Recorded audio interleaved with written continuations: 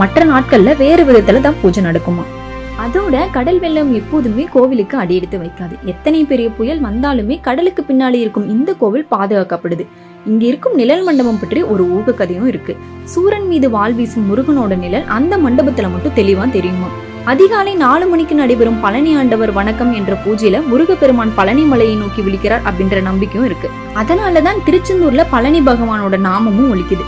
இந்த கோவில்ல தைப்பூசம், வாஸ்து திருவிழா, பங்குனி உத்திரம் போன்ற திருவிழாக்கள் மிகவும் பிரபலமானவை. சூரசம்ஹாரம் நாடகம் மட்டும் தனியா 6 நாட்கள் நடைபெறுமா. அந்த நாட்கள்ல இங்க லட்சக்கணக்கான மக்கள் திரளுவார்கள். இன்னொரு சுவாரஸ்யம் பாத்தீங்கன்னா, இந்த கோவிலுக்கு அருகே வல்லபுரம் பட்டு என்ற பகுதியில ஒரு பழமையான குகை கோயில் உள்ளது.